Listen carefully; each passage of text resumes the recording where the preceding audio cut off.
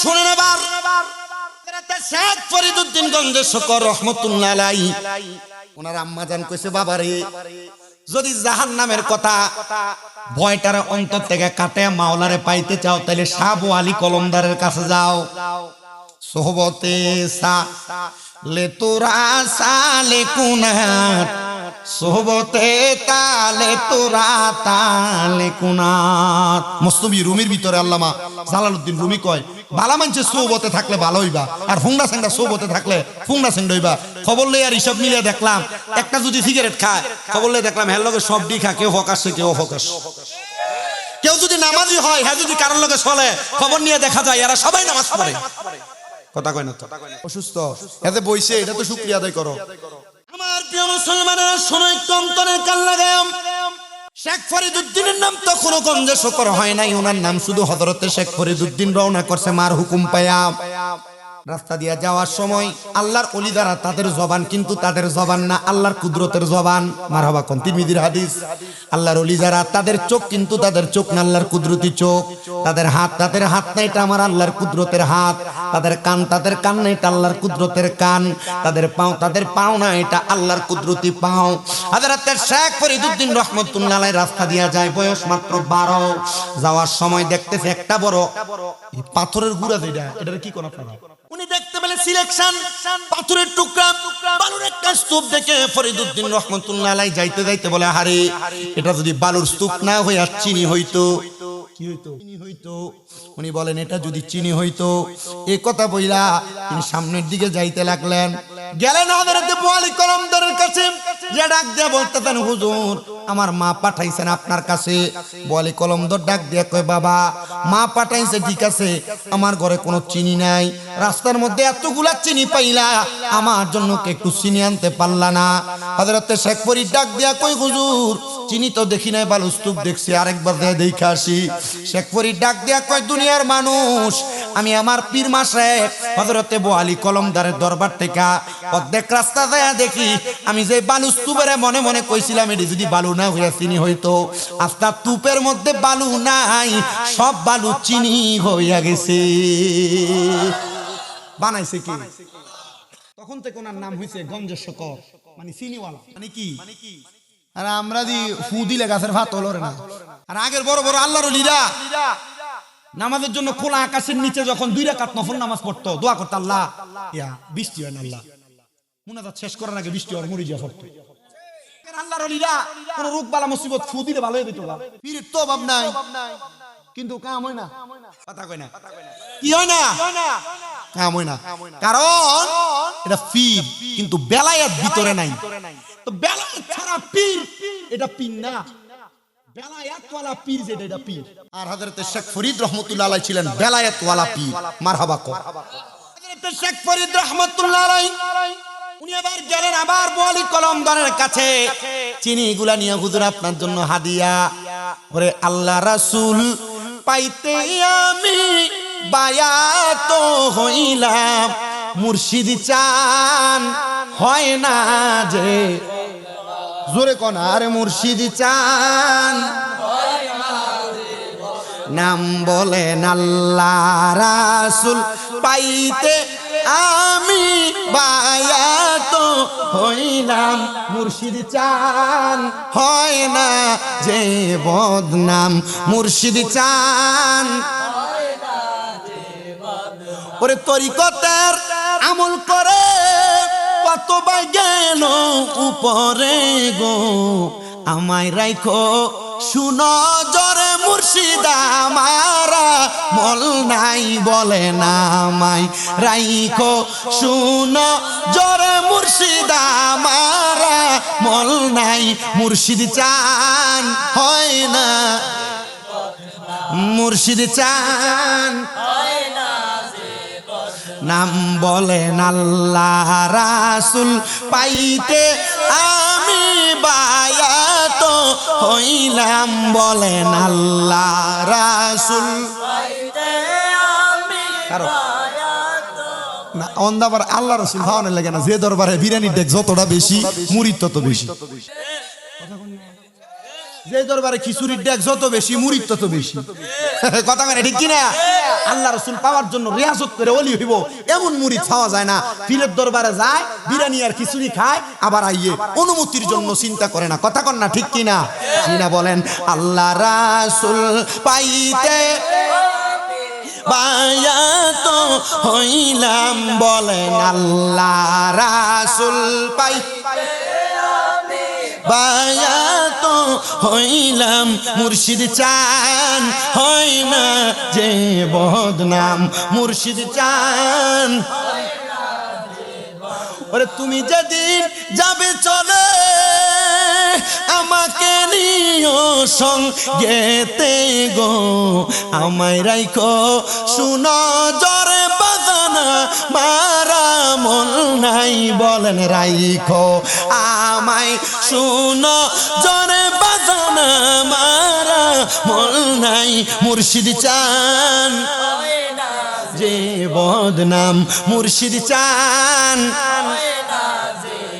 দূরে আমার।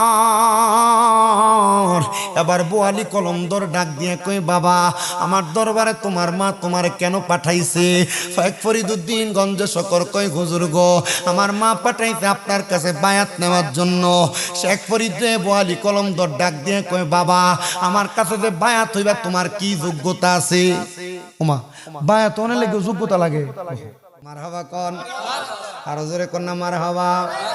হযরত শেখ ফরিদুদ্দিন রাহমাতুল্লাহ আলাইহি ডাক দিয়ে কই হুজুর আমার যখন বয়স 12 বছর আমার মা আমারে কইছে আব্বারে বায়াত গ্রহণ করবা জান্নাত আর জাহান্নাম রে ভয় করবা, এমনে সম্ভব না, যাও তুমি রিয়াজত করার জন্য জংলায় চলে যাও। হযরত শেখ ফরিদুদ্দিন বলেন আমি আমার মায়ের হুকুম পাইয়া একটানা 12 বছরের জন্য আমি গেলাম জংলায়। বয়স ছিল 12, জংলায় কাটাইছে 12, হইল কত? শেখ ফরিদ 12 বছর পরে ওনার আম্মা জানের কাছে ফিরে আসলেন। আইসা ডাক দিয়ে কই মাগো আমি ছিলাম জংলায় 12 বছর আপনার হুকুম মোতাবেক। মা ডাক দিয়ে কই পুত্রে 12 বছর তো না খেয়ে কাটাও নাই, কেমনে ছিলা? ডাক দিয়ে কয় মা জংলার মধ্যে থাইকা 12 বছর একটানা গাছের পাতা খাইছি, গাছের পাতা খাই আর রিয়াজত করে আমি আমার সময় কাটাইছি। মা ডাক দিয়ে কয় সন্তান রে মাওলারে পাওয়ার জন্য তুমি বুঝি খানা ত্যাগ করতে পারো নাই? যারে সন্তান আমি মা আবার অনুমতি প্রদান করলাম আরো 12 বছর যে তুমি আবার পাহাড়ের গুহার মধ্যে যে কাটাও যেখানে কোনো গাছের পাতা নাই। এবার বলেন বাবা 3 12 36 বছর।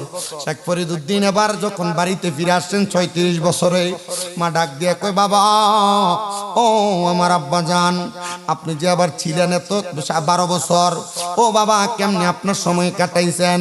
শেখ ফরিদ ডাক দিয়ে কয় মা গো এমনে এমনে সময় কাটাই নাই গো মা, যাওয়ার সময় আমি একটা রুটি বানিয়ে নিছিলাম, যেই রুটিটারে আমি রোদের মধ্যে একবারে শক্ত বানিয়ে নিছি। আমার যখন খিদা লাগতো আমি রুটিটার দিকে তাকিয়ে তাকিয়ে বলতাম এর রুটি আমি তোরে এখন খাবো না, আগামীকালকে ক্ষুধা আরো বেশি লাগলে খাবো। পরের দিন যখন ক্ষুধা লাগতো রুটির দিকে তাকিয়ে একই কথা বলতাম। মা ডাক দিয়ে কয় বাবারে 12 দুগুণে 24 বছর কাটে আসছো, বয়স এখন 36, তুমি মিথ্যা কথা বইলা বইলা তোমার নফসরে তুমি 12 বছর ধোঁকা দিছ, তুমি এখনো কামেল হইতে পারো নাই। বাবারে যাও যাও যাও এবার তুমি চলে যাও, আরো 12 বছরের জন্য তুমি কিভাবে মুরাকাবার রিয়াজত করে আসবা তুমি জানো। শেখ ফরিদুদ্দিন বলেন আমি আবার 200 দিরহাম দিয়া আমি একটা কাজের লোক ঠিক করলাম, কিছু দড়ি ক্রয় করলাম, দড়ি ক্রয় কইরা জংলার মধ্যে যাইয়া একটা পুরাতন কূপের মধ্যে কূপ থেকে পানি উঠানো দড়ির মধ্যে আমার পাগুলা বান্ধায়া আমি বললাম এ ভাই আমার তুমি কূপের নিচের দিকে ফেলে দাও, এই কূপের কাছে যেন কোনো মানুষ না আসে, তুমি কূপের উপর দিয়া কোনোভাবে বন্ধ করে দাও।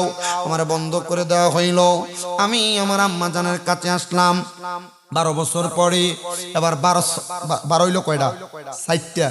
বয়স 12, প্রথম 12তে ফাতা খাইয়া, পরের 12তে রুটির দিকে লালসা দিয়া, পরের 12তে কূপের মধ্যে পড়া থাইকা 12 বছর হবে। ঠিক একদিন আগেই একটা চিল পাখি আইসা এবার হযরতে শেখ ফরিদের কাছে ডাক দিয়া কয় শেখ ফরিদ তোমার চোখগুলা বড় সুন্দর, তোমার একটা চোখ আমার বড় পছন্দ, দিবানি আমার আল্লাহর হস্তে। শেখ ফরিদ কয় যদি আমি না দেই তাহলে আমি কামেল হইতে পারবো না। শেখ ফরিদ কয় তুমি আমার কাছে একটা চোখ চাইছো, আমি তোমারে আমার দুইটা চোখ আল্লাহর রাস্তে দান করে দিলাম। আমার আল্লাহ তার প্রতি বড় খুশি হয়ে গেছে। শেখ ফরিদ রহমতুল্লাহ আলাইহি 12 বছর পরে ওই কূপের মধ্য থেকে কে যেন পানি উঠাইতে এসে ওনাকে উঠায় নিলেন। মায়ের সামনে দিয়ে ডাক দিয়ে কয় মা গো, আমি আবার আপনার সামনে আসছি, আমি কোনোদিন কাউকে ঠকাই নাই। ও মা, শিল্পাকে আমার চোখ খাইতে চাইছে, আমি দুইটা চোখ দিতে রাজি হয়েছি। মা আমারে বলছে বাবা এখন তুমি কামেল হয়ে গেছো, যাও তুমি আবার একজন হক্কানি শায়েখ ধরো, মুরব্বী ধরো। 12 হইছে 4টা, 48 বছর বয়স, কইছে যে আবার যাও মুড়ি দাও। আরে মুড়ি দনের পরও নামাজ পড়ে না, মুড়ি দয় জীবন পরিবর্তন লাগে, মুড়ি দনের পরও হারাম খায়, খাওয়া ছাড়ে না। কথা কয় শেখ ফরিদউদ্দিন হাজরাতে সাবু আলী কলমদারকে বলেন আব্বা জান আপনি আমারে এবার বায়াত করায়া দেন। বু আলী কলমদার আব্বা আমার চাইতে যোগ্যতা আপনার বেশি, আমি আপনার মুরিদ করে দাঁড়াতাম না। এত আস্তে কইলেন, আইসে মুরিদ হইবে লাগা, উনি কি কয় যোগ্যতা তোমার বেশি, আমি তোমার মুরিদ করে দাঁড়াতাম না। তবে তুমি আমার পীর হযরতে কুতুবউদ্দিন বখতিয়ার কাকির কাছে যাও, উনি তোমার মুরিদ করাইবো। কই আমি বাড়াইছি, আস্তে কইছো না। হযরতে শেখ ফরিদ বলেন আমি রওনা করলাম কুতুবউদ্দিন বখতিয়ার কাকির কাছে। আমি দেয়া দেখি উনি তাহাজ্জুদ নামাজ পড়বার লাগি ওযু বানাইতাছে। ডাক দিয়ে কইলাম হুজুর বু আলী কলমদার পাঠাইছে আপনার কাছে বায়াত নেওয়ার জন্য, বায়াত করান। কয় তোমার কি যোগ্যতা, কোন যোগ্যতা দিয়ে বায়াত হইবা? যোগ্যতা দেখানো লাগবে না, এই নাও আমার ওজুর পানির ঘটিটা তোমারে দিলাম। 7 বছর যদি তুমি আমার ওজুর পানি গরম করে দিতে পারো তাহলেই তুমি আমার কাছে মুরিদ হইতে পারবা, নসেত পারবা না। 7 বছর পানি গরম করে কইবো দূর ফিরালি বাদ দে অনকালা। এরা যদি কয় 7 বছর আমার ওজুর পানি গরম করে দিও করব। আমার প্রিয় মুসলমানেরা শুনে নেবার, উনি রাজি হয়ে গেলেন। 7 বছর হইতে একদিন 7 বছর একটানা পানি গরম করে দিছে। কইছে 7 দিনের মধ্যে একদিন যদি কোনো ভুল হয় তাহলে তুমি আরো 7 বছর করা লাগবে। এদিন পানি গরম করে আনবে, পানির পাত্রটা হাত থেকে পড়ে ভাঙ্গা গেছে। ডাক দিয়ে কয় বাবা আমার কি ক্ষমা করা যায় না? কয় না, আরো 7 বছর। ডাক দিয়ে কয় হুজুর এবার যখন আরো 7 বছর করছে একদিন বাকি। হযরতে কুতুবউদ্দিন বখতিয়ার কাকি আল্লাহর কাছে দোয়া করে, আল্লাহ আমার এলাকার মধ্যে কোন ঘরের মধ্যে তুমি আগুন রাখো না একদিনের জন্য, দেখবো আমার শেখ ফরিদের ধৈর্য কত। শেখ ফরিদ রহমতুল্লাহ আলাইহি উনি বলেন ওই দিন আমি কোন জায়গার মধ্যে পানিটা গরম করার জন্য কোনো আগুন পাই নাই। আমি তালাশ করতে করতে কত জায়গার ভিতরে গেলাম, কোন জায়গার মধ্যে আমি কোনো পানি খুঁজা পাই নাই। যখন আমি পানি খুঁজা পাই নাই আমি এবার এলাকা থেকে আরেকটু দূরে যাইতে লাগলাম। আমি দূরে যাইয়া দেখলাম ওই এলাকার একবারে পাপিষ্ঠ একটা মহিলা, যে মহিলা তার দেহর ব্যবসা করত, কিন্তু ওই মহিলার ঘরের মধ্যে আগুন জ্বলতাছে। শেখ ফরিদ ডাক দিয়া কয় দুনিয়ার মানুষ, আমি ওই মহিলার ঘরের দরজায় গেলাম। আমি যে ডাক দিয়ে কইলাম মা গো, ও আমার আম্মা জান, আপনি কি আমার একটু পানি দিবেন? আমার পীরের জন্য পানি গরম করার জন্য আগুন দিবেন নাকি? উনি বললেন নিয়ে যাও শেখ ফরিদ। যেই দিন আমি প্রথম তোমার বখতিয়ার কাকির দরবারে দেখছি, আমি ওই দিন থেকে তোমার দুইটা চোখের বড় মায়ায় পড়ে গেছি। হযরতে শেখ ফরিদ ডাক দিয়ে কয় মা গো, আপনি মহিলা মানুষ, আমি পুরুষের চোখের দিকে তাকায় মায়ায় পড়ে গেছেন। আপনি কি জানেন মা, কোন মহিলার চোখ দিয়ে কোন পর পুরুষের দিকে তাকাইলে তার চোখের আমল নামার মধ্যে জিনা হয়। কোন মহিলা তার হাত দিয়ে যদি কোন পর পুরুষ স্পর্শ করে তার হাতের জিনা হয়। কোন মহিলা কোন পর পুরুষের সঙ্গে মেলামেশা করার জন্য, সাক্ষাৎ করার জন্য যদি পা দিয়ে হাঁটা যায় তাহলে তার পায়ের জিনা হয়। মহিলা ডাক দিয়ে কই না রে বাবা, কিছুই জানি না, তবে যেই দিন আমি তোমারে দেখছি আমার কাজ ছিল দেহ ব্যবসা করা। আমি আমার দেহরে মানুষের কাছে টাকার বিনিময়ে বিলে বিলে দিতাম, মানুষ আমার দেহ বুক করতো রে শেখ ফরিদ। আমি ওই দিন থেকে আমার দেহ ব্যবসা করা বন্ধ করে দিয়েছি। আমি 14 বছর আগে যখন তোমার চেহারাটা দেখছি, তোমার চোখগুলা দেখছি শেখ ফরিদ রে, পানি দিতে পারি 1 সপ্তাহে, যদি তোমার একটা চোখ আমারে খুইলা দিতে পারো। শেখ ফরিদ ডাক দিয়া কয়, আমি কোনো কথা না বইলা মহিলার চোখ পছন্দ বলছে, আমি আমার ডান হাতে শাহাদাত আঙ্গুল দিয়া আমার একটা চোখ বাহির করার সাথে সাথে আমি ওই মহিলার হাতে দিয়া আমি আমার পানিগুলা গরম কইরা বক্তিয়ার কাকির কাছে লইয়া গেছি। হুজুর নেন, 7 বছর পূর্ণ হয়ে গেছে, পানি গরম করে আইনা দিছি। হুজুর আপনি ওযু বানান। হুজুর কয়, পানি গরম করছো কেমনে, আর চোখ কেন নাই? কুতুবউদ্দিন বক্তিয়ার কাকি কয়, বুঝছি রে, চোখের বিনিময় মনে হয় পানি গরম করে আনছে। কুতুবউদ্দিন বক্তিয়ার কাকি গরম পানি দিয়ে ওযু বানাইয়া আমার আল্লাহর দরবারে 2 রাকাত নামাজের মুসল্লায় পড়া গেছে। ডাক দিয়া কয়, আল্লাহ ও দয়াল আল্লাহ, আমার শেখ ফরিদে আমি কুতুবউদ্দিনের জন্য পানি আনতে যায় তার চোখটা খোয়াইছে। তুমি যদি এখন আমার দোয়া কবুল না করো আল্লাহ গো, আমার মুরিদের কাছে আমার ইজ্জত থাকবে না। আল্লাহ গো, আমি কুতুবউদ্দিন বক্তিয়ার কাকি তোমার কাছে দোয়া চাই, আমার মুনাজাত শেষ হওয়ার আগে আমার শেখ ফরিদের চোখটা তুমি ফিরে দাও। শেখ ফরিদ রহমতুল্লাহ আলাইহি বলেন, দুনিয়ার মানুষ, কুতুবউদ্দিন বক্তিয়ার কাকি নামাজটা শেষ করার আগে আমার আল্লাহ কুদরতি ভাবে আমার চোখ আবার আগের মতো বানিয়ে দিছে। জোর করিয়া বুঝতে গেলে তার গো মরণ জ্বালা, কেউ বুঝিতে পারে না রে পীর মুর্শিদের খেলা, আরে ওলি আল্লাহর খেলা, আরে কেউ বুঝিতে পারে না রে ওলি আল্লাহর খেলা, আরে পীর মুর্শিদের খেলা। ওরে 37 বছরে কারোর কেনাগি ফুটে না, আবার 6 মাসেরও কালের দয়াল পাই যে 16 আনার দয়াল পাই যে 16 আনা। দয়াল জোর করিয়া দিবে তোরে ববের যত প্রেম জ্বালা, কেউ বুঝিতে পারে না রে পীর মুর্শিদের খেলা, আরে কামেল ওলির খেলা।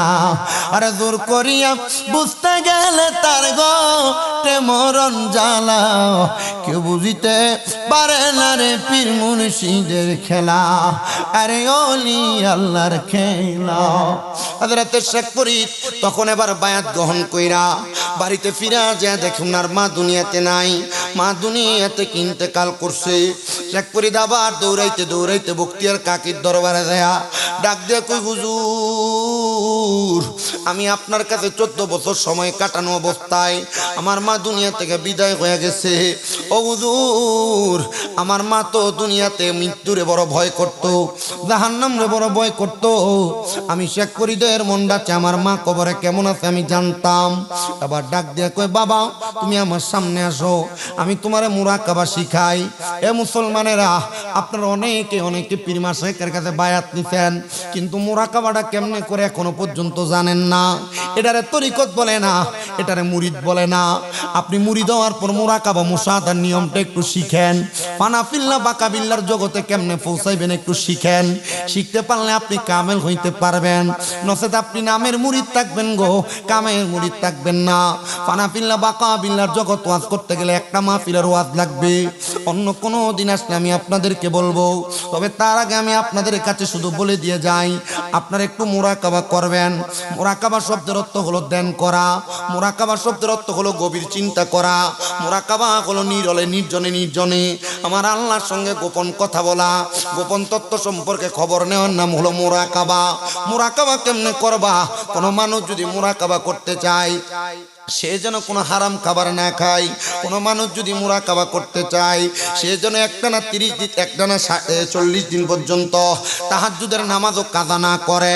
5 ওয়াক্ত নামাজ কাজা করবে দূরের কথা, যদি 40 দিন পর্যন্ত একটা মানুষ আমার আল্লাহ তাআলার সাথে গভীর রিলেশন, গভীর সম্পর্ক লাগাইতে পারে, আর ওই মানুষটা ধ্যান করে মুরাকাবা করে আমার আল্লাহ তাআলার সঙ্গে কোনো গোপন বিষয়ে, কোনো ভবিষ্যৎবাণী সম্পর্কে জানতে চায়, আমার আল্লাহ তাআলা এলহামের মাধ্যমে ওনাকে জানায়া দেয়। মুসলমানেরা, এবার ডাক দিয়ে শেখ ফরিদ তুমি আমার সামনে আসো, তুমি একটু মুরাকাবা করো, তোমার মা কবরে কেমন আছে তুমি জানতে পারবা।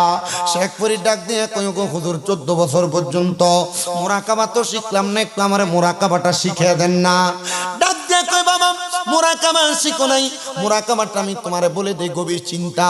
আমি তোমার কোরআনের একটা আয়াতের ওয়াজ করি, ওয়া মিনাল লাইলি ফাতাহাজ্জাদ বিহি নাফিলাতান লাকা আসা আইয়াবআসাকা রাব্বুকা মাকামান মাহমুদা।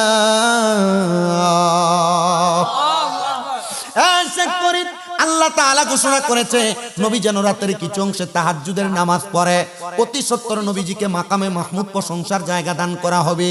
আমার নবীজির উপর এই আয়াত নাযিল হওয়ার পর নবী বারবার কান্না করছেন, ওগো আল্লাহ আমার উম্মত যদি তাহাজ্জুদ পড়ে উম্মতের কি দান করবেন।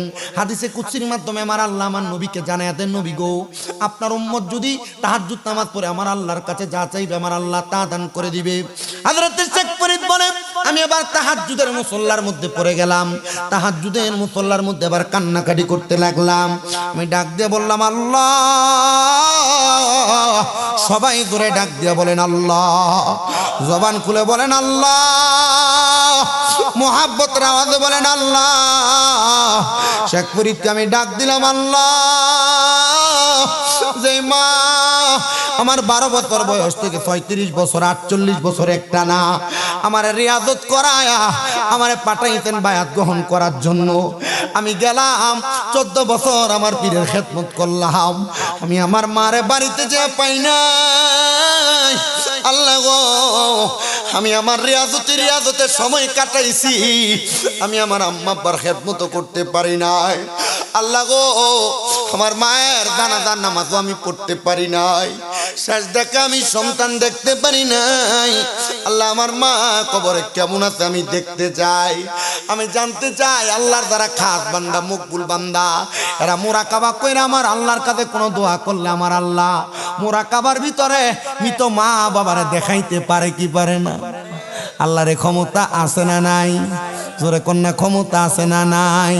এ বন্ধু এবার হযরত শেখ ফরিদ বলে আমি আমার মুরাকাবার মধ্যে দেখলাম আমার মা জান্নাতি খানা পেনা নিয়ে খাবার আহরণ করতেছে। আমি বললাম ও মা আপনি যে জান্নাতের খানা খান কারণ কি? মা ডাক দিয়া কই সন্তান 48 বছর আর তোমার 14 বছর একটা না, তুমি 62 বছর পর্যন্ত আল্লাহ তাআলার ইবাদতে ধ্যানমগ্ন ছিলা, মুরাকাবা মুশাহাদা করেছো। তোমার মতো সন্তান দুনিয়াতে থাকতে কোনো মা জাহান্নামে যাইতে পারে না। আব্বারে তুমি সন্তানের দোয়ার বরকতে আল্লাহ তাআলা আমি মার জান্নাতি খানার সামনে দাঁড় করাইছে। এই সন্তানের দরে নাম আমি জানি না। আজকে গুসপা জান্নাতের বাগানে আপনারা যারা বসছেন মরহুম মুনতাজ মিয়ার বাড়ি প্রাঙ্গণে, আপনাদের কাজ জানি মা কবরে আপনি সন্তানের অপকর্মের কারণে জাহান্নামের ভাগীদার। আপনারা কার মা বাবা জানি আপনারা সন্তানের অপকর্মের কারণে জাহান্নামের আযাবের ভাগীদার হয়? বলে হুজুর বলেন কি? বলে হ্যাঁ হ্যাঁ হ্যাঁ, একটা মা বাবা সন্তান জন্ম দেওয়ার পর ওই সন্তানের অপকর্মের কারণে মা বাবা জাহান্নামের আগুনে জ্বলে, আবার সন্তানের নেক আমলের কারণে মা বাবা নাজাত পাওয়া যায়।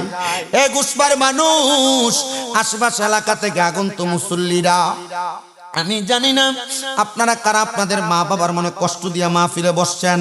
আমি আপনাদের কদম কামনা করি, পারলে দেন আপনার পা আমার সামনে আগায়া দেন, আমি আমার জিহ্বা দিয়ে আপনার পা পরিষ্কার করে দিব। শুধু ওয়াদা করবেন হুজুর এখান থেকে বাড়িতে যাই আমি আমার মার পায়ের মধ্যে ধরবো, আমার আব্বার পায়ে ধইরা আমি শুধু তাদের কাছে ক্ষমা প্রার্থনা করব। সন্তানের দল যতক্ষণ পর্যন্ত আপনার মা আপনার বাবা আপনারে ক্ষমা না করবে মুখ দিয়া বলছে ততক্ষণ পর্যন্ত মা বাবার পাও ছাইরেন না। বলে হুজুর বলেন কি? হ্যাঁ রে হ্যাঁ, আম্মা আব্বার পায়ে ধরলে দাম কমে না। আম্মা আব্বা যদি ক্ষমা না করে স্বয়ং আমার আল্লাহ তাআলা ক্ষমা করে না। হুজুর আম্মা আব্বার পায়ে ধরে মাপ চাইবো দূরের কথা, আমি তো দুই ঈদের সময় আমার আম্মা আব্বার পা ধরে সালামও করি না। আরে সালাম না, মাঝে মাঝে সুযোগ পাইলে আম্মা আব্বার পায়ের মধ্যে চুমা দিবা। বলে হুজুর বলেন কি গুনাহ কি হবে না? শিরিক হবে না? না রে না, গুনাহ হবে না, গুনাহ হবে না। আমি নিজে যেই দিন মাদ্রাসায় ক্লাস 6-7 পড়ি শুধু শুনছিলাম আম্মা আব্বার কদমে চুমা দিলে আল্লাহর জান্নাতের চৌকাঠে চুমা দেওয়ার স্বাদ পাওয়া যায়, আরাম পাওয়া যায়। আমি ওই দিনে আমার মা বাবার আইসা ঘরের মধ্যে পায়ে চুমা দিছি। এখনো মাঝে মাঝে সুযোগ পাইলে আমি আমার আম্মা আব্বার পায়ে চুমা দেই। সন্তান কেন জানো? কারণ আমি কামেল পরীক্ষা দিয়েছি, কামেল ফেকাতে কুমিল্লা আলিয়া থেকে। আমি আমার এলেমের জোর দিয়া বক্তা না, আমি একমাত্র আমার আম্মা আব্বার দোয়ার বরকতে বক্তা।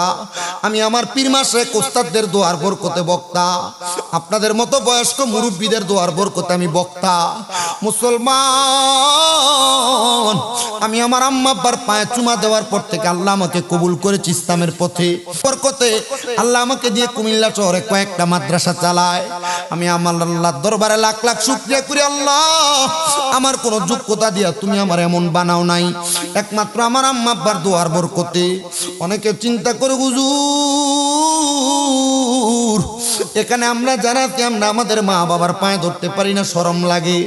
আর আজকে গুসপা দরবার শরীফের মাহফিল কবুল হবে কিনা আমি জানি না, তবে একটা গ্যারান্টি দেয়া যায়, আগামীকালকে যদি শোনো গুসপা উত্তর পাড়ার বাজারের মধ্যে বৈশা কোনো মানুষ কোনো মুরব্বী বলে হ্যাঁ শামীম রাজার ওয়াজ শুনে আমার ফুতে বাড়িতে এসে আমার পায়ে ধরে মাপ চাইছে, মনে করবা মাহফিল আল্লাহর দরবারে কবুল হয়ে গেছে। কোনো মহিলা যদি একজন আরেকজনরে বলে হ্যাঁ শামীম রাজার ওয়াজ শুনা আমার ফুতে আমার পায়ে ধরে মাপ চাইছে, মনে করবা মাহফিল আল্লাহর দরবারে কবুল হয়ে গেছে। এ সন্তান, অনেকে চিন্তা করে হুজুর পায়ে ধরলে কি দাম কমবে না, ইজ্জত কমবে না? না না না, দাম কমবে না, ইজ্জত কমবে না, সম্মান কমবে না। আমি নিজে আমার আম্মা আব্বার কদমের মধ্যে চুমা দেই। শুধু চুমা দেই না রে, 1 বছরের উপরে, আজকে প্রায় 1 বছর 15-16 দিনের কাছাকাছি হয়। আমার আম্মা যেন অসুস্থ, বিছানার মধ্যে পড়া, এখন একটু একটু দোয়ার বরকতে আমার বহু ভক্তরা সারা বাংলাদেশ থেকে আমার মার জন্য তাহাজ্জুদ পড়া, রোজা রাইখা, নফল নামাজ পড়া, কোরআন খতম করে দোয়া করছে। আমার আল্লাহ কবুল কইরা আমার মার এখন একটা স্ট্রেচারে ধরে ধরে হাঁটার ব্যবস্থা করে দিছে। প্রথম 2 মাস 10 দিন পর্যন্ত আমি আমার মায়ের এমন খেদমত করছি, আমি আমার নিজের বিছনায় ঘুমাই নাই, মা খাটে ঘুমাইছে, আমি নিচে বিছান করে ঘুমাইছি। মা যতক্ষণ চোখ কাটে নাই ততক্ষণ পর্যন্ত আমি আমার চোখ লাগাই নাই। বললে আমার দাম কমবে না, আমি আমার হাতগুলা দিয়ে কোষ করে আমার আম্মার প্রস্রাব পায়খানা পরিষ্কার করছি। খোদার কসম রে মুসলমান, আমার আম্মার পেছনে এই পর্যন্ত প্রায় 8-9 লক্ষ টাকা আমি নিজে খরচ করেছি। আল্লাহ এমন দয়ার আল্লাহ, আল্লাহ এমন মায়ার আল্লাহ, আমার 1 বছর 10 দিন আল্লাহ তাআলা এর চাইতে ডাবলের 4 সম্পদের মালিক বানাইছে। আমি বিশ্বাস করছি আমার আল্লাহ তাআলা আমার আম্মার দোয়ার বরকতে খেদমতের কারণে আমাকে সম্পদ দিয়ে সম্পদশালী করছে। এ দুনিয়ার সন্তানের দলেরা, তোমাদের মা বাবা তোমাদেরকে জায়গা দিয়ে গেছেন, সম্পদ দিয়ে গেছেন, টাকা পয়সা দিয়ে গেছেন, ধন দৌলত দিয়ে গেছেন। তোমরা ধন দৌলত টাকা পয়সা সব আল্লাহর রাস্তায় ব্যয় করো কিনা জানি না, কিন্তু জানো তোমাদের মা বাবার জন্য যে তোমরা হাত বাড়ায় বাড়ায় দোয়া করো না, মা বাবা কবর থেকে তোমার লানত দেয়। আর তুমি যদি দোয়া করো, মা বাবা কবর থেকে দোয়া করো মাগফিরাতুল লাহুমা, আল্লাহ যেই যায় মানুষটা দোয়ার বরকতে আমারে মাফ করে দিছো, তুমি তারও মাফ করে দাও। এ সন্তানের দল, এ দাড়ি পাকা মুরব্বী বাবারা, আপনার মা বাবা আপনারে বড় কষ্ট করে মানুষ করছে। আব্বা জান ঈদের দিনে নতুন কোনো জামা কাপড় পরে নাই, আপনি সন্তানরে নতুন জামা কাপড় কিনা দিছে। মা নতুন কোনো জামা কাপড় পরে না, আপনি সন্তানরে কিনা দিছে। এই যে সামনে কোরবানির ঈদ আসতেছে, অনেক সন্তানের মা বাবা কোরবান দিতে পারতো না, মানুষের বাড়ি থেকে যে গোশতগুলো আসতো ওই গোশতগুলো রান্না করে আপনি সন্তানরে রাইখা রাইখা ভুনা করে খাওয়াইতো। এই সন্তানের দল, আপনি এখন কোরবানি করেন লক্ষ লক্ষ টাকা দিয়ে গরু মহিষ ছাগল কিনেন, কিন্তু আপনার মা বাবার মুখে আপনি একটু কোরবানির গরুর গোশত কুইলা খাওয়াইতে পারেন না। খাওয়াইবেন কেমনে আপনার মা বাবা কবরে? একটা বাস্তব ঘটনা শুনলে আপনাদের কারগুজারিটা শোনাইলে আপনারা বুঝতে পারবেন। সৌদি আরবে আমি যখন হজ করতে গেছিলাম, একটা ছেলে জোনায়েত নাম, তার বাড়ি জামালপুরে, আর একটা ছেলের বাড়ি হলো কিশোরগঞ্জে। ছেলেটা আমারে ডাক দিয়ে কই, হুজুর আমি প্রতি মাসে 2 বার মক্কাতে আসি উমরা করার জন্য। হুজুর মক্কার সামনে আসলে আমার চোখের পানি আমি ধরে রাখতে পারি না। আমার আব্বা জান হজে যাওয়ার জন্য টাকা জমাইছিল, আমি বিদেশ যাওয়ার জন্য টাকাটা দিয়া দিছে। আমার আব্বা জান আমার বলছে, পুত্রে বিদেশ যাইতেছো, টাকা পাঠাইলে টাকা দিয়ে আমি কোরবানি দিব। হুজুর আমি আমার আব্বা জানের অ্যাকাউন্টের মধ্যে আমি টাকা পাঠাইছি কোরবানির 4 দিন আগে। টাকা পাঠায়া আমি আমার আম্মা জানের ফোনে কল দিছি, কল দিয়া কইলাম, আম্মা গো আমার আব্বা জানের টাকাটা দিয়া বইলাম তুইলা কোরবানি দিতে। আমার মা চিৎকার দিয়া ডাক দিয়া কয়, আব্বা কে কোরবানি দিবে আর কে টাকা উঠে কোরবানির গরু কিনবে? তোমার আব্বা তো আজকে দুনিয়া থেকে বিদায় হয়ে গেছে। হুজুর আমি প্রতি বছর 2.5-3 লক্ষ টাকা দিয়ে কোরবানি দেই, কিন্তু আমার আব্বাটারে দেখি না আমার কলিজাটা ছিঁড়া যায়। হুজুর জানেন আমার জীবন আরো বড় কষ্টের। কোরবানির ঈদের দিন সকালবেলা আমার মা দুনিয়া থেকে বিদায় হয়ে গেছে। আমার মা গলার চেনটা বিক্রি করে আমার বিদেশ পাঠাইছে। এখন আমার মাও নাই, বাবাও নাই, আমার ব্যাংকে টাকার কোনো অভাব নাই, কিন্তু আমি কারে আমার কুরবানির গোশতগুলা খাওয়াইমু? আমার ঈদগুলা ঈদের মতো যায় না। আমার মা নাই, বাপ নাই, আমি কেন কোরবানি দিব? আর কি করব কোরবানি দিয়া? আমি জানি রে আজকের মাহফিলে এমন অনেক এতিম সন্তানের অবশ্য, যারার মা নাই, যারার বাবা দুনিয়াতে নাই। ও আল্লাহ গো, যাদের মা দুনিয়াতে নাই, যাদের আব্বা নাই, এই সন্তানগুলো এতিম হইয়া দুনিয়াতে আসছে। এরা টাকার অভাব নাই, পয়সার অভাব নাই। আল্লাহ এই সন্তানগুলার মা বাবা তুমি মাফ করে দিও। আল্লাহর নবী সাহাবী হযরতে সাদ ইবনে উবাদা রাদিয়াল্লাহু তাআলা আনহু বলেন, আমার মা মারা গেছে, আমার অনেক ধন সম্পদ দিয়া গেছে। আমি আমার নবীর কাছে যেয়ে ডাক দিয়া বললাম, ইয়া রাসূলুল্লাহ, আমার মা ইন্তেকাল করেছে। নবীজি গো, আমার কাছে কি এমন কোনো ক্ষমতা আছে যেটার মাধ্যমে আমার মার জীবনের গুনাহ মাফ করে মারে আল্লাহ জান্নাতি বানিয়ে দিব? নবী কয়, সাদ ইবনে উবাদা, তুমি তোমার মায়ের পক্ষ থেকে সদকা করে দাও। সাদ ইবনে উবাদা বলে, ইয়া রাসূলুল্লাহ, আপনি সাক্ষী থাকেন, আমার একটা খেজুরের বাগান আছে, যার নাম হলো মিখওয়াদা। ওই বাগানটা আমি আমার মায়ের জন্য আল্লাহর রাস্তায় কোরবানি করে দিলাম। হযরতে মিখওয়াদা পরের দিন সকালবেলা আসছে আমার নবী কই, মিখওয়াদা খবর জানোনি? তোমার মা বাবা তো জান্নাতি। নবীজি কেমনে? গতকালকে সন্ধ্যাবেলা তোমার খেজুরের বাগান থেকে ক্ষুধার্ত 2টা ছোট ছোট পাখি পাকা খেজুর কামড়ায় খাওয়ার কারণে আমার আল্লাহ তোমার মার জান্নাতি বানিয়ে দিছে। আজকের জান্নাতের বাগানে আমি একটানা 1.5 ঘন্টা সময় আপনাদের কাছে কথা বলেছি, আলোচনা করেছি, নাত রাসূল পড়েছি। আপনাদের কাছ থেকে এমন একটা এতিম সন্তান চাইবো যাদের মা নাই, বাবা নাই। ওরে বুঝিলে বুঝার মতো, আরে পাইবা সাধন মনের মতো, পাইবা তুমি মাবুদ মাওলারে, পাগলা মন আমার স্মরণ করো সব জায়গার মাঝে। বলেন স্মরণ করো সব জায়গার মাঝে, মাবুদ মাওলারে স্মরণ করো মাবুদ মাওলারে। কাপড় যদি একটা হয়, জিনিস যদি 2টা বানায়, নাম হয় 2টা। কোরআন শরীফের উপরে লাগলে হয় গিলাফ, মানুষের গায়ে লাগলে হয় জামা। অনুরূপ ভাবে মুসলমান, আল্লাহর কোন বান্দা যখন ইন্তেকাল করে, ওই বান্দার হয়ে যায় কবর। আর যেই বান্দাটা আল্লাহর বেশি ইবাদত করছে, আল্লাহর মাকবুল বান্দা হয়ে গেছে, ওই বান্দাটারে আমরা মাজার বলি। মাজার, মাজার মানে হলো সম্মানের জায়গা। মাজার মানে হলো জিয়ারতের জায়গা। মাজার মানে হলো সাক্ষাতের জায়গা। আমরা তো দুনিয়ার কোন শিরিক বেদাতকে সেখানে সাপোর্ট করি না। আমরা মাজার জিয়ারত করি নবীর সুন্নাহ মোতাবেক। আমার নবীজি লাইলাতুল বরাতের রাতে, লাইলাতুল কদরের রাতে ওনার আম্মা আব্বার খবর জিয়ারত করেছে। আমি জানতে চাই বাবা, এক শ্রেণীর মৌলবী সাহেবরা নবীজির মা বাপরে জাহান্নামী বানায়। আচ্ছা, নবীর মা বাপ যদি জাহান্নামী হইতো, আমার নবী কি নবীর মা বাবার কবর জিয়ারত করা লাগতো নাকি? ও বাবা শুনো রে, আল্লাহর নবী কোনো দোয়া করলে দোয়া ফিরিয়ে দেয় না। যে বক্তারা নবীর নবীর আম্মা আব্বারে জাহান্নামী বলে, এই বক্তা হয়তো জানে না আমার নবী কোনো দোয়া করলে আমার আল্লাহ দোয়া ফিরিয়ে দেয় না।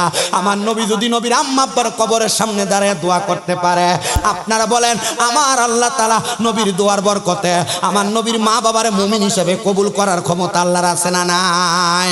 তো আমি আপনাদের কাছে জীবনের গুনার কথা স্মরণ করানোর জন্য আল্লাহ তাআলার একটু স্মরণ করানোর কথা বলতেছিলাম।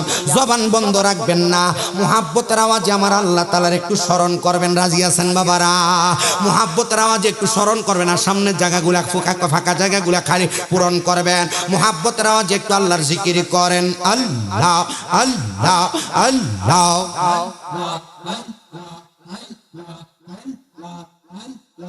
আল্লাহ আল্লাহ আল্লাহ আল্লাহ। নবী ছাড়া বান্ধব কে না, হাই রে মুমিন ভাই, নবী ছাড়া বান্ধব কে নাই। মাশাআল্লাহ আল্লাহ আল্লাহ। নবী ছাড়া বান্ধব কে না হাই রে মুমিন বাগাই নবী ছাড়া বান্ধব কে না আই মারহাবা আল্লাহ আল্লাহ জবানটা খুইলা আল্লাহ রে আল্লাহর একটা স্মরণ নাই আল্লাহ আল্লাহ ইয়া রাহমাতুল লিল আলামিন আপনি উম্মতের দামিন গুনাহগার উম্মতের আপনা মাশাআল্লাহ নবী উম্মতের লাগিয়া সাজদায় থাকবেন পড়িয়া কান্দেন সদা উম্মতের মায়া হাই রে মুমিন বাঙাই নবী ছাড়া বান্ধব কে নাই মাশাআল্লাহ নবী ছাড়া বান্ধব কে না হাই রে মুমিন বাঙাই নবী ছাড়া বান্ধব কে নাই মাশাআল্লাহ নবী মাতৃ গর্ভে আসিয়া পিতা হারা হইয়া এতিম রূপে আসলে নাই দরাই নবীর পবিত্র মুখে দুধ খাইলেন যার বুকে হইল বিবি হালিমা হাই রে মুমিন বাঙাই নবী ছাড়া বান্ধব কে নাই মাশাআল্লাহ আল্লাহ আল্লাহ জবানটা খুইলা আল্লাহ আল্লাহ মুর্শিদ আমার গলার মালা মুর্শিদ আমার গলার মালা মুর্শিদ আমার জানার বাগান মুর্শিদ পাইলে কোলে লইয়া জুরাইতাম পরাঙ্গান মাশাআল্লাহ জবান খুলে মুর্শিদ আমার গলার মালা বাজান আমার গলার মালা বাজান আমার জানার জাগান মুর্শিদ পাইলে কোলে লইয়া জোরাইতাম পরাঙ্গান মাশাআল্লাহ প্রাণের মুর্শিদ আরে মুর্শিদ কোন বলে লোকাইছ মাশাআল্লাহ আরে বন পুরা হরি ইনের মতো আমার রাইতে বাজে জানলা প্রাণের মুর্শিদ মাশাআল্লাহ আল্লাহ আল্লাহ আরে কদম ডালে বৈশা দয়াল বাজা নামের বাসি মাশাআল্লাহ আরে কদম ডালে বৈশা দয়াল বাজা নামের বাসি মাশাআল্লাহ আরে সুর শুনিয়া পাগল হইয়া সুইটা সুইটা আসি বাজানো আমার মুর্শিদ দয়াও তোমার রে দেখিবা হার মনে লয় মাশাআল্লাহ জবান খুলিম আল্লাহ আল্লাহ আরে তামাম ডালে বৈশা দয়াল বান্দ ও প্রেমের বাসা মাশাআল্লাহ আরে তামাম ডালে বৈশা দয়াল বান্দ ও প্রেমের বাসা মাশাআল্লাহ আরে শিশু কাল প্রেম শিখাইয়া যৌবন কালে দাগা জানো আমার মুর্শিদ দয়া তোমার দেখিবা হার মনে লয় মাশাআল্লাহ আল্লাহ আল্লাহ লা ইলাহা ইল্লাল্লাহ মুহাম্মাদুর রাসূলুল্লাহ সাল্লাল্লাহু আলাইহি ওয়াসাল্লাম। জবান বন্ধ নাই, মুহাব্বতের আওয়াজে উচ্চ কণ্ঠে জোরে পড়েন আলহামদুলিল্লাহ। মুআজ্জিজ সদরে মুহতারাম, আজকে কুমিল্লা জেলার বরুড়া থানাধীন উত্তর ঘোষপা পশ্চিম পাড়া গোডাউন সংলগ্ন মরহুম মুমতাজ বিয়ার বাড়ির প্রাঙ্গণে চার মাযহাব চার তরিকার ইমাম ও পীর আউলিয়াদের স্মরণে মহান আহলে বাইত পাক পাঞ্জাতন আলাইহিমুস সালাম এর উরুস মুবারক ঘোষপা দরবার শরীফে সদারত করছেন আপনাদের এলাকার গৌরব মুফতি গোলাম হুসাইন রেজা রিয়াজুতি। উপস্থিত আছেন এলাকার গণ্যমান্য মুরব্বিনে কারাম, উলামায়ে কেরাম, দাড়ি পাকা মুরব্বী বাবা, যুবক নওজোয়ান ভাই, ছোট ছোট মাসুম বাচ্চা সহ পর্দার অন্তরালে আছেন আমার অবলা সরলা মা ও বোনেরা। মহান আল্লাহ জাল্লা শানুহু গভীর রজনীতে আজকের জান্নাতের বাগানে আমাদের সবাইকে আসার বসার তৌফিক দান করেছেন। সেই মহান রবের শুকরিয়া আদায় করে এক বাক্যে জোরে পড়ি আলহামদুলিল্লাহ। আমি আসার পর যে অবস্থা দেখছিলাম, আমার কাছে মনে হয়েছে আমি ওয়াজ করবো কার কাছে আর ওয়াজ শুনবো কে, আর আমি করবো কার কাছে। কিন্তু আপনাদেরকে আল্লাহর পক্ষ থেকে অসংখ্য জাযা কামনা করি যে আপনারা যে এলাকার মানুষ, আমি নগণ্য মূর্খ মানুষের সামনে দু একটা কথা শোনার জন্য আপনারা মাইকের আওয়াজ শুনেই দৌড়ে আসছেন। আপনাদের জন্য এটার জন্য আল্লাহর পক্ষ থেকে উত্তম জাযা কামনা করি। আল্লাহ এই জাযা আপনাদেরকেও দান করুক, আমাকেও দান করুক, দুনিয়ার কাউকে জাযা থেকে মাহরাম যেন আল্লাহ না করে। আল্লাহ কবুল করেন, জোরে পড়েন আমিন। আমি আপনাদের কাছে এত রাত্রে কি ওয়াজ করব, এই ধারাবাহিকতা রক্ষা করতে গেলে অনেক লম্বা। আমি আপনাদের কাছে অল্প একটু কথা বলি, যে কথা থেকে আপনারা দুনিয়া ভুলে আখিরাতের দিকে অগ্রসর হওয়ার একটা রাস্তা, একটা লাইন হবে। এর মধ্যে একটু শোনেন। আমরা যারা মানুষ দাবি করি, আপনারা বলেন আমরা মানব সমাজে চলাফেরা করা অবস্থায় আমাদের গুনাহ হয় কি হয় না? জবাব সবাই দেয় না। এমন মনে হইতেছে যে হুজুর আমি ঘুম থেকে উঠি, আমার মায়ের গর্ভ থেকে জন্ম নেওয়ার সময় আমি যেমন মাসুম, আমি ঠিক এমন মাসুম। আসলে কিন্তু মাসুম না, কারণ আমাদের সমাজ এমন পচার নষ্ট হয়ে গেছে। সমাজের বেশিরভাগ মানুষ এখন সুদের সাথে জড়িত। কথা কয় না? হয় খায়, নয় দেয়, নয় সুদের সাক্ষী হয়। কথা কয় না? এটা হোক আর না হোক, আমাদের সমাজের মানুষ যাচাই বাছাই জাস্টিফাই করতে গেলে বেশিরভাগ দেখা যাবে পরের হক মাইরা খায়।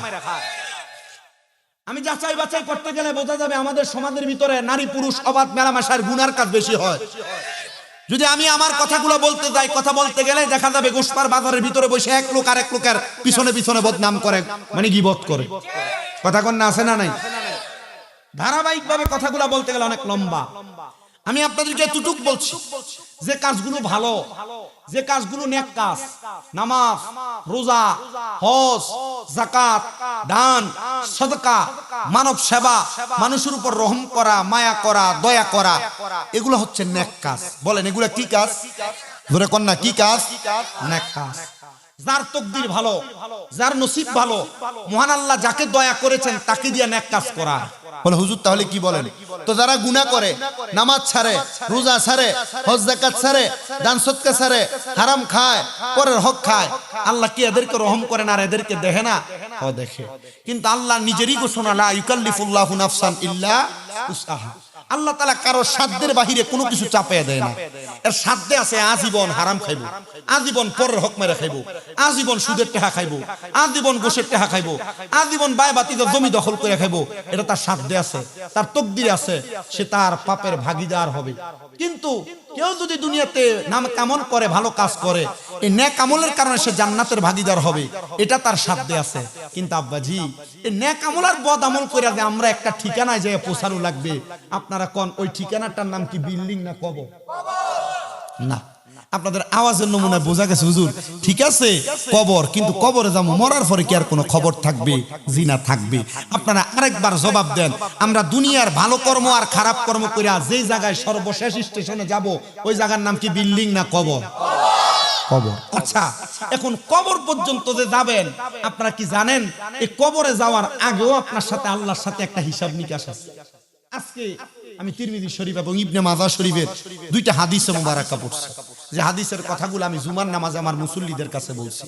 আমি বড় অবাক হইলাম, যারা দুনিয়াতে গুনাহগার হয়ে মরে, বেনামাজি হয়ে মরে, আপনারা যারা এখানে বসছেন নামাজ পড়েন কি পড়েন না এটা আপনার বিষয়। আমি আমার কোনো ওয়াজে মানুষকে নামাজ পড়তে কই না।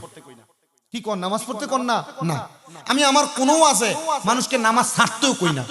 কি কোন ছাড়তেও কোন না, পড়তেও কোন না। তো কোন কি? আমি মানুষকে বলি নামাজ না পড়লে কি শাস্তি দিব, আমি মানুষকে বলি নামাজ পড়লে আল্লাহ কি পুরস্কার দিব, আমি মানুষকে বলি সুদ খাইয়েন এটাও কই না, খাইয়েন না এটাও কই না। আমি বলি সুদ খাইলে কি গুণ হইব, না খাইলে কি সওয়াব হইব, আমি এই কথাগুলা বলি। তা আমি আজকে এই ওয়াজের ধারাবাহিকতা পড়তে যেয়ে দেখলাম আল্লাহর নবী কয় কোন বদকার মানুষ, গুনাহগার মানুষ, বেঈমান মানুষ, কাফের মানুষ, মুনাফিক মানুষ, মুশরিক মানুষ, মুরতাদ মানুষ, জিন্দিক মানুষ, ফাসিক মানুষ, এই প্রকারের গুনাহগার মানুষ যারা আছে এরা যখন মারা যাবে, মারা যাওয়ার আগে আমার আল্লাহ তাআলা দুইটা কালা কালা ফেরেশতা পাঠাইব। কি ফেরেশতা? আস্তে কইলেন আপনারা। কি ফেরেশতা পাঠাইব? কালা ফেরেশতা। আপনারা শর্ট সিনির নিতে বইটা বইয়ে রয়েছেন যে এই শর্টটা নরম, এটা বানাইছে পাটের ফাতা দিয়ে, কিন্তু এই কালো কালো ফেরেশতা গুলা দুইটা শর্ট নিয়ে আসবে, যে শর্ট গুলো হবে শক্ত। কেমন শক্ত? কষ্ট আছে? বিরিয়ানি না খিচুড়ি? বিরিয়ানি। গরু না মুরগা? আরে ভাগলাও, মুরগি আবার খাসি, আবার ফেসবুকে লাইভ দিছে তো, খাসি যে খেটাদানি দিছে মোটামুটি মানুষ টের হয়েছে, এটা ভালো হয়েছে। এই না খাসি আবার শুরু হয়েছে, আস্তে আস্তে গরু তৈব, দরবার যেহেতু হয়ে গেছে মহিষ হইব, কথা কয় না তো হইব নি? ইনশাল্লাহ আপনার ধারাবাহিকতা বজায় রাখলে এটা হবে। আমি আপনাদের কাছে আবার ধারাবাহিক ভাবে কথাগুলা বলছি। কোন গুনাহগার বান্দা, কোন বদকার বান্দা, কোন ফাসিক মুরতাদ বান্দা যখন ইন্তেকাল করে আমার আল্লাহ তাআলা কালো কালো রঙের দুইজন ফেরেশতাকে প্রেরণ করেন, যেই ফেরেশতাদের হাতের মধ্যে শক্ত দুইটা মাদুর থাকে, বিছানা থাকে, চাটাই থাকে। ওই ফেরেশতাগুলা যখন আগমন করে বান্দার কাছে আসে না। হুজুর কি বলেন? বলে হ্যাঁ, বান্দার কাছে না আসার কারণ এক নাম্বার, ওই বান্দাটা দুনিয়াতে গুনাহ করার কারণে বান্দার রূহটা একটা দুর্গন্ধযুক্ত খবিশ রূহ হয়ে গেছে। কি আস্তে কইতেছে?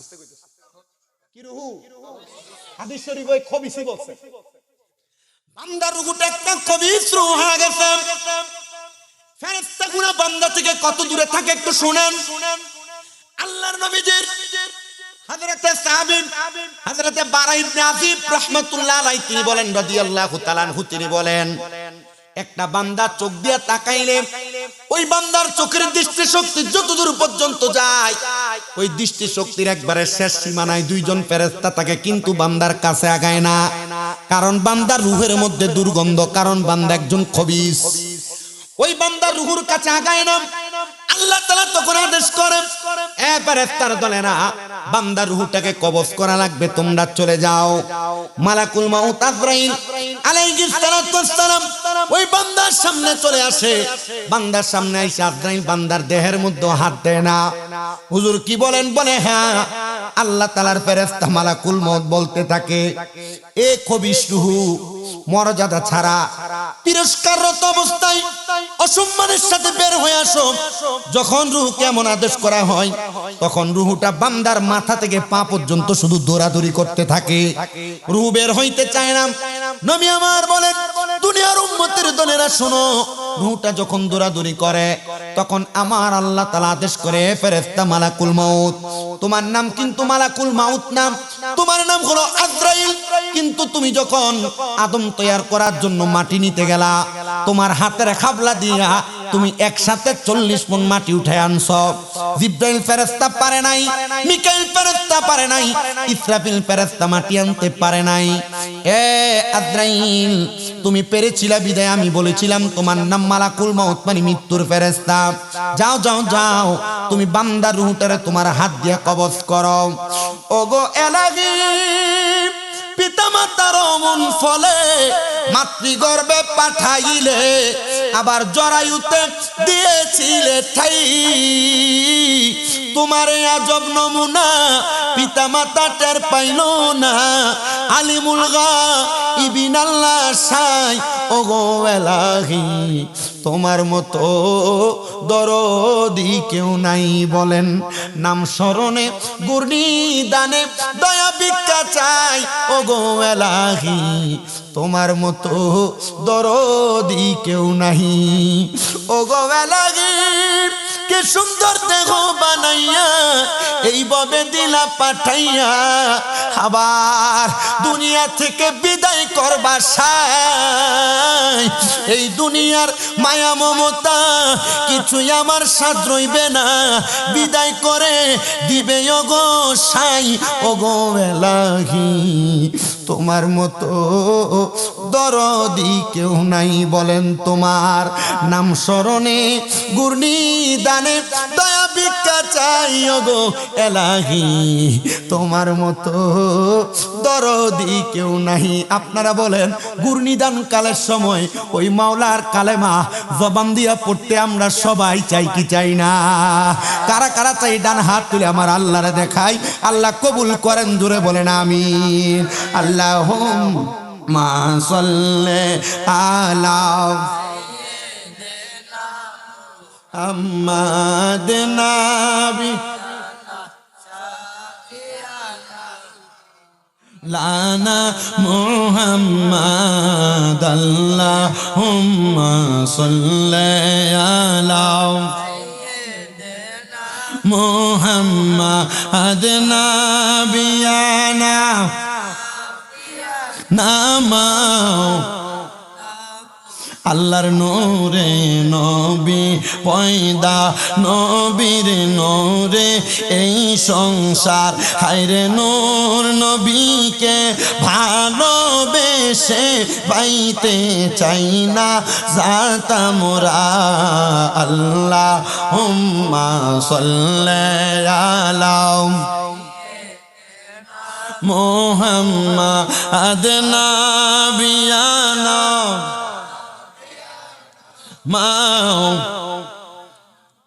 আমার প্রিয় মুসলমানেরা একবার একটা বান্দার চোখের শাসি মারা যেই জায়গায় ওই দুইজন ফেরেশতা সেই জায়গায় থাকে আর আল্লাহ বলে আদ্রাইল মালাকুল মাউত নামের খাতিরে তুমি এবার বান্দার রূহটারে কবজ করো এবার বান্দার দেহের মধ্যে হাত দেওয়া হয় নবী আমার বলে কেমন ভাবে একটা বান্দার দেহ থেকে রূহটা আলাদা করা হয় জানুনির দুনিয়ার মানুষ ইয়া রাসূলুল্লাহ নবী গো আপনি নবী বলেন না কেমন করে মানুষের দেহ থেকে রূহটারে কবজ করা হয় নবী আমার বলে একটা লোহার গরম রডকে একবার আগুনের মধ্যে উত্তপ্ত কইরা একটা ভিজা পশমওয়ালা চামড়ার মধ্যে লাগিয়ে দিলে একটা মানুষের যত কষ্ট হয় ওই বান্দার রূহটা কবজ করার সময় টান দিয়া বের করার সময় ওই বান্দাটার তত কষ্ট হয় ওগো নবীজি এমন কষ্ট তো তারা সহ্য করতে পারবে না নবী আমার বলে শুধু শুধু কষ্ট সহ্য করা না বান্দার রূহটা যখন কবজ করবে আদ্রাইল একটা সেকেন্ডের জন্য বান্দার রূহটা তার হাতের মধ্যে রাখবে না ও নবীজি কেন বান্দার হাতে রাখবে না আদ্রাইলের হাতে রাখবে না বান্দার রূহ নবী আমার বলেন কারণ বান্দার রূহটা একটা দুর্গন্ধযুক্ত রূহ খবিশ রূহ ওই বান্দার রূহটার সাথে সাথে ওই দুইজন ফেরেশতা কালো রঙের যে শক্ত চাটাই নিয়ে আসছে ওই চাটাইয়ের মধ্যে ফেলে দেওয়া হবে চাটাই গুলারে মোড়া দিয়া দুইজন ফেরেশতা বান্দার রূহটার উপরের দিকে নিয়ে যাবে প্রথম আসমানে যাইতে যাইতে একটা দুইটা দল থাকে না আল্লাহ তাআলার ফেরেশতার 7টা দল থাকে প্রথম আসমান এবং দুনিয়ার মধ্যবর্তী জায়গার মধ্যে যখন একটা বান্দার রূহ নিয়ে আজরাইল আলাইহিস সালাতু ওয়াস সালাম উপরের দিকে চলে যাবে প্রথম যেই দল ফেরেশতার সঙ্গে সাক্ষাৎ হবে ফেরেশতারা শুধু বলবে এটা কার রূহ তোমরা কার রূহ নিয়ে যাও ফেরেশতারা ধিক্কার দিবে আর তার দিকে থুতু নিক্ষেপ করবে তখন ফেরেশতার দলদেরকে আজরাইল ডাক দিয়ে বলবে ফুলান ইবনে ফুলান এটা হলো অমুকের সন্তান অমুক মানে এটা দিয়ে বুঝাবে দুনিয়ার সবচাইতে নিকৃষ্ট মানুষের সন্তান নিকৃষ্ট মানুষ এটা বইলা ফেরেশতার দলদের সামনে তাইকা নিয়ে যাবে সামনের দিকে আসমানে আসমানের সামনে যাইয়া আসমানকে বলবে এই বান্দার জন্য তোমার দরজা খুলে দাও।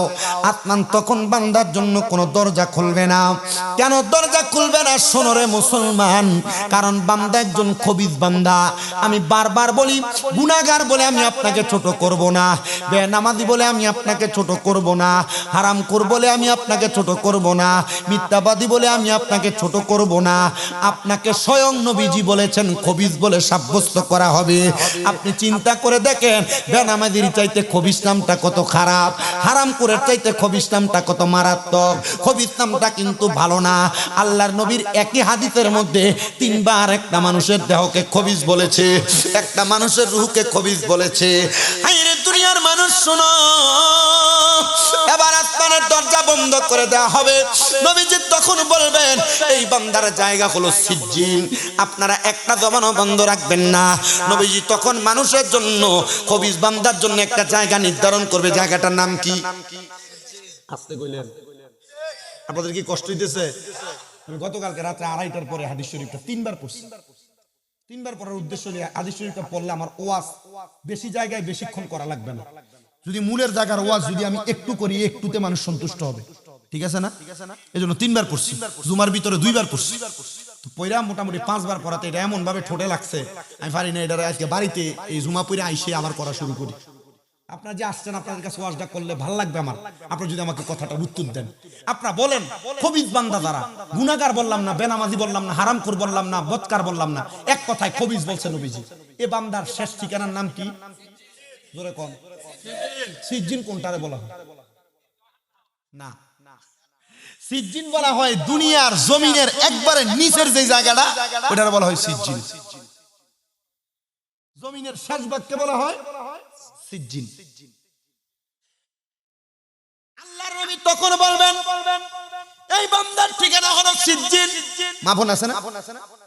এই বান্দার ঠিকানা হলো সিজ্জিন।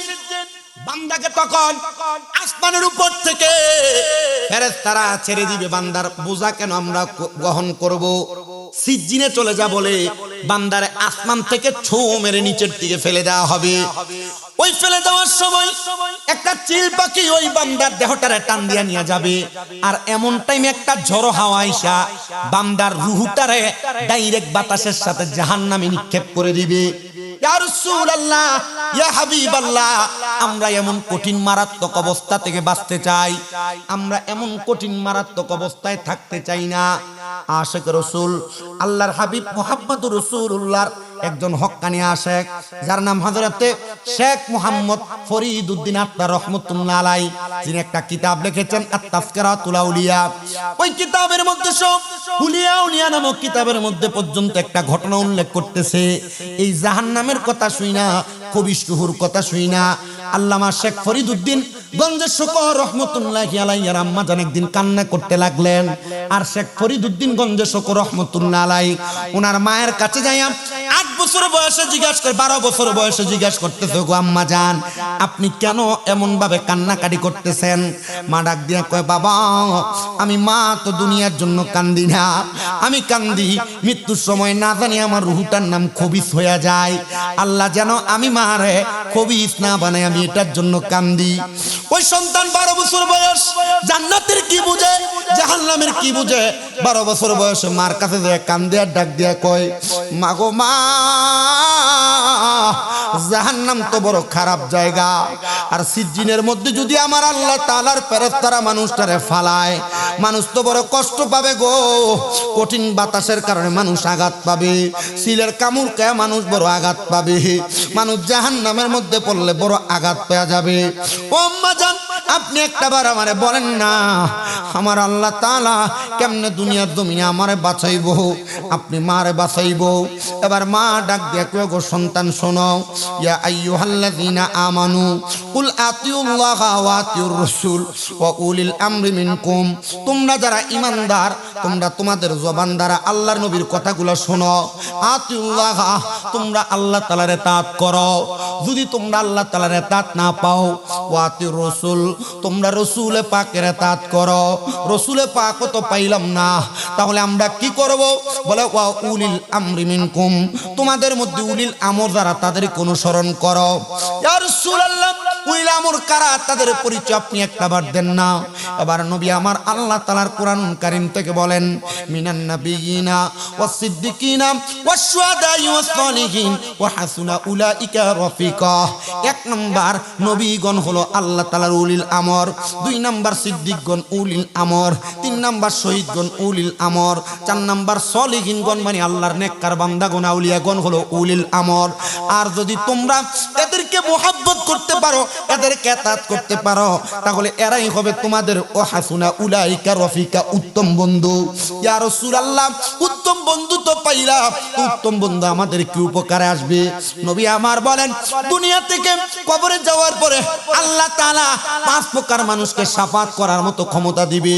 এর মধ্যে একটা প্রকার হলো যারা উলিল আমর আল্লাহর নেককার বান্দা, তারা দুনিয়ার মানুষদেরকে সুপারিশ করবে। ওগো মানুষেরা, আমি জানি অত্র অঞ্চলের মধ্যে বিভিন্ন তরিকতপন্থী মানুষ আছেন, বিশেষ করে সারসিনা দরবারের অনেক মুরিদানরা আশেপাশে এলাকাতে বসবাস করেন। আমি জানি রে মুসলমান, এলাকার মধ্যে কালিয়াপুর দরবার সহ বিভিন্ন দরবারের বায়াত আপনারা এখানে গ্রহণ করে বসে আছেন। আমি কোন দরবারের নামকে মেনশন করব না, কোন দরবারকে এখানে হাইলাইট করতেছি না। আমি শুধু আপনাদেরকে আউলিয়া কেরামের শান ও আজমতের ব্যাপারে আর জাহান্নামকে ভয় করে একটা মানুষ যখন কোন পীরের হাত ধরে, কার হাত ধরে? এটা বেরিয়ে তুই বয়ে থাই, এটা নিছি, এটা বেরিয়ে দিয়ে উরুস মোবারকের নাম দিয়ে গান বাজনা করে, এটা নিছি, এটা সিগারেট খাই, এটা নিছি। হক্কানি পীরকে কই ইদা রুউ যিকিরাল্লাহু আযজা ওয়া জাল্লা, হক্কানি পীরের চেহারার দিকে তাকালে আল্লাহর কথা মনে হইব। কার কথা মনে হইব? আল্লাহর কথা। হ্যাঁ, আমি বহু জায়গাত কইছি এমন পীর যদি কেউ ধরে পাও এটা তালাক দাও, কারণ এটা নিজে জান্নাতে যাবে দূরের কথা, এটা নিজে তো জাহান্নামে যাবে, মুরিদ নিব কোন সময়? কথা কয় না। আপনি উচিত কথা কন, আমরা দাওয়াত কমবো, জীবনও কমতো না। আমার ভালো ভালো হয়েছে দাওয়াত দে, আলহামদুলিল্লাহ কয় না তো। হ্যাঁ কইতেছে সুন্নিদের মাঝে একজনকে দেখলাম মাথার ভিতর উল্টা পাল্টা কাম হইলে আপনি এটার বিরুদ্ধে কন, কোন ফিসাব সিগারেট খেলে আপনি এটার বিরুদ্ধে কন, কোন ফিসাব বিড়ি তুলে বয়ে থাকলে আপনি এটার বিরুদ্ধে কন। এখন আপনি এটার ফির কোন কি লেগা? এটা তো ভিন্ন না, যেটা বিড়ি তুলে বয়ে থাকে, যেটা সিগারেট খাইতে শয়তান। কথা কয় না, ঠিক না বেঠে? এটা নিজে জান্নাতে দেব দূরের কথা, এটা নিজে জাহান্নামে দেব, মুরিদানদের লয়ে দেব। এমন পীরকে ধরে থাকলে এটারে তালাক দাও। হক্কানি পীরকে ধরো, যার দিকে তাকাইলে আল্লাহর কথা মনে হবে, এই হক্কানি পীর। অন্যগুলা বাতিল ফেরকা। ডান হাত তুলে বলো ঠিক না বেঠে?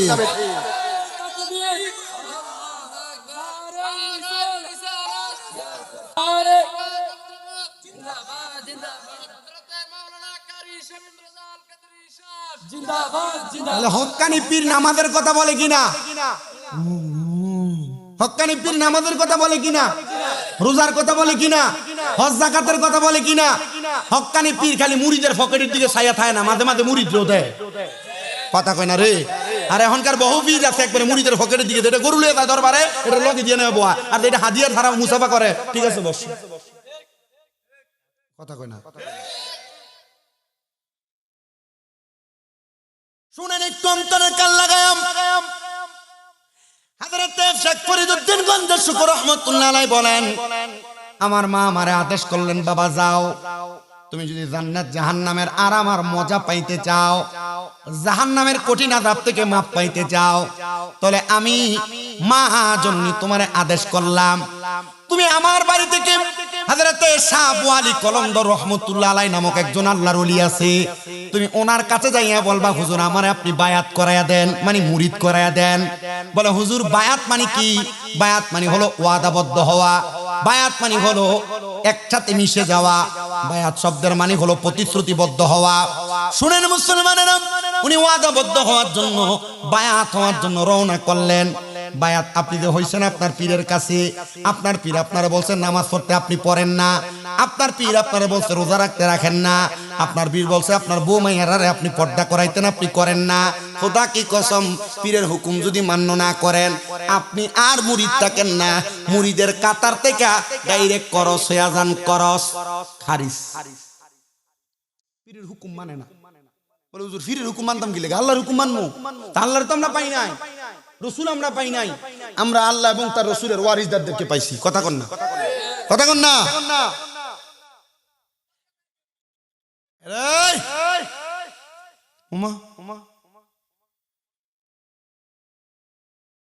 দৈরান না মানুষ দিয়ে দৈরান না, স্টেজে বয় দিমু আমি এলাকার বিচারে যে বইছি সবাই আইছে, একজন আইছে না। মাইকে ঘোষণা দিছি, যাও হেরে যায় তিনজনে মিলে ধরে আনো। তিনজনে যে ধরে আনছে। আমার এক মুরব্বী সমাজের বৈঠক শেষ হলে পরে ডাক দিন না, কও তুমি অনেক কাম হইছে না, হইল নইলি। পুরাতন কমিটির বিলুপ্তি দিয়া উপদেষ্টা কমিটি বানাই দিছে 5 জন। এর কাছে পূর্বের টিয়া জমা দিব, দিয়া নতুন কমিটি দিয়া আগামী শুক্রবারে নতুন কমিটির কাছে হস্তান্তর করব। এলাকার মুরব্বী সবাই আছিল, যদি এর কাছে যারা ফুরান ছিল যদি হিসাব চাইতে গেলে বিশাল বেজার লাগতো। আমি কইছি ফুরান যা হইছে সব শেষ, কার কাছে কত আছে এটা কও, টিয়া জমা দাও, হিসাব মিলাও, মসজিদে নতুন কমিটি করো, এখান থেকে প্রতি মাসে হিসাব দাও। আমাদের এলাকার মসজিদ 2 তলা, নিচতলার কাজ কমপ্লিট, অল্প একটু কাজ আছে ধনপুর। তো দোতলা একটু কাজ ছাত্রা হইছে, এখনো টাইস হয় নাই, নিচেও টাইস হয় নাই। আমি একটা টার্গেট করছিলাম যে নতুন ভাবে তৈরি কইরা এই মসজিদ যেহেতু দোতলা একটা মাদ্রাসা চালু করে নাও। মাদ্রাসা চালু করে কেউ আর হদ্দারি করতে পারত না, এলাকার পোলাপাইন পড়ার ব্যবস্থা হয়ে যাবো না। আমি চিন্তা করলাম যে আমি আমার ফকেরের টিয়া দিয়ে হুজুর একটা এলাকার ফলাই মূর্খ তো না আনাইলে দেখা যায় যে রাত 2:30 3টার দিকে যায়, এক একটা শোয়ের দিকে সাউন্ড জানা, তো খবর লয়ে দিই যে কিতারে এরিয়া মন কা কইডি বাবা খা। আজকে বিছে মেলের ভিতরে কইতাছে কাকা এদিকে গুড়ি খা, গুড়ি বেছে খারি খামসার ছেড়ে কো সব বি ট্যাবলেট খোর এডি বিচার। আমি আস্তে আস্তে ধরতাম দি, ডাইরেক্ট দলে ভাঙিয়ে দেবো গা। পরে অনেক সময় যে বেটু দিছে, আমি বেটার ফোন দিলাম, বাবা তুমি আমার প্রতি রাগ করছো, একটা ঠিক হোক। এরপরে এলাকার 20 জন ফোলা ফাইন এক লোক 20টা লাড়ি আছে লমু, যেন দিয়ে জুয়ার আসর আর যেন দিয়ে মাদক টানে একটারে ধইরামু, ফাইল করে ইচ্ছা মতো বাইরে টেংনি ডিবেরে ফাড়াইয়া পুলিশের হাতে তুলে দেব। কেমন হইব? মাতে না কেমন হইব? এখন আমারে কইতাছে তুমি কার হলে সমাজে কমিটি গঠন করবা, যে শস্য দিয়ে ভূতটারে বে শস্যরে ভূতে ধরে রইছে। আসলে সমাজের ভিতরে এমন কয়েকটা হুংডা সেংডা আছে না নাই, যেটির কাছে আপনি বিচার দিবেন এডি অন্যায় করে বসে থাকে। এই কথা বলে না, ঠিক না?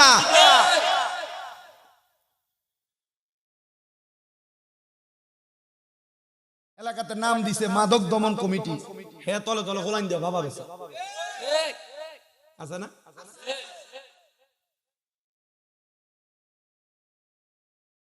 আরে কি সুন্দর বানাইছে, মসজিদের সম্মানিত সভাপতি, খবর লয়ে দেখাতে তলে তলে সুদ খা আছে না? কি সুন্দর নাম দিতে, মাননীয় সমাজ সেবক। এই সমাজের মানুষের জায়গা জমি দখল করে রাখা, আমি তো জানি এটা মনের কথা আছে কিনা।